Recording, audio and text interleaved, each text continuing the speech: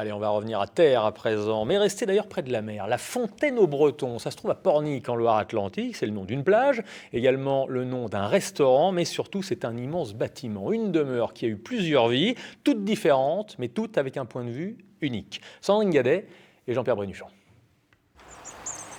Elle domine la côte de Jade depuis la fin du 19e siècle. Et ici, au 4e et dernier étage de la bâtisse, quelle vue!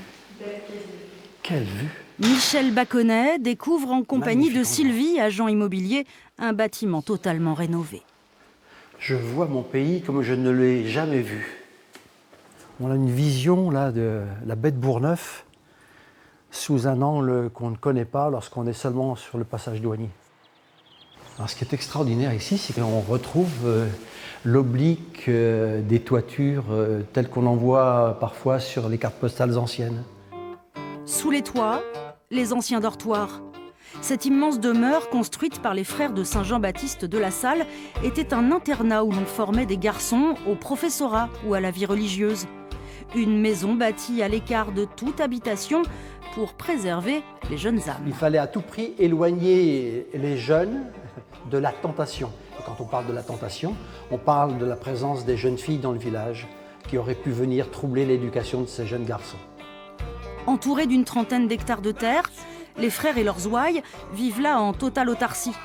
Une quiétude bientôt troublée par la Première Guerre mondiale.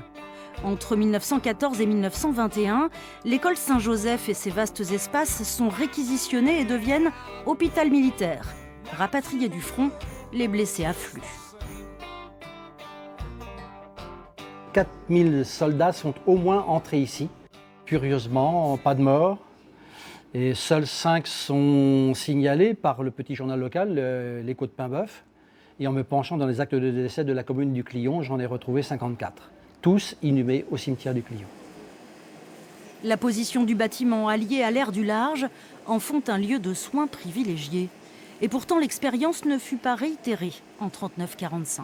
Entre 1918 et 1939, l'aviation de guerre a fait des progrès considérables et ce grand bâtiment de Saint-Joseph non masqué en bordure de mer était une cible évidente pour l'aviation ennemie. Donc les autorités militaires ont renoncé à faire de cet endroit une structure hospitalière.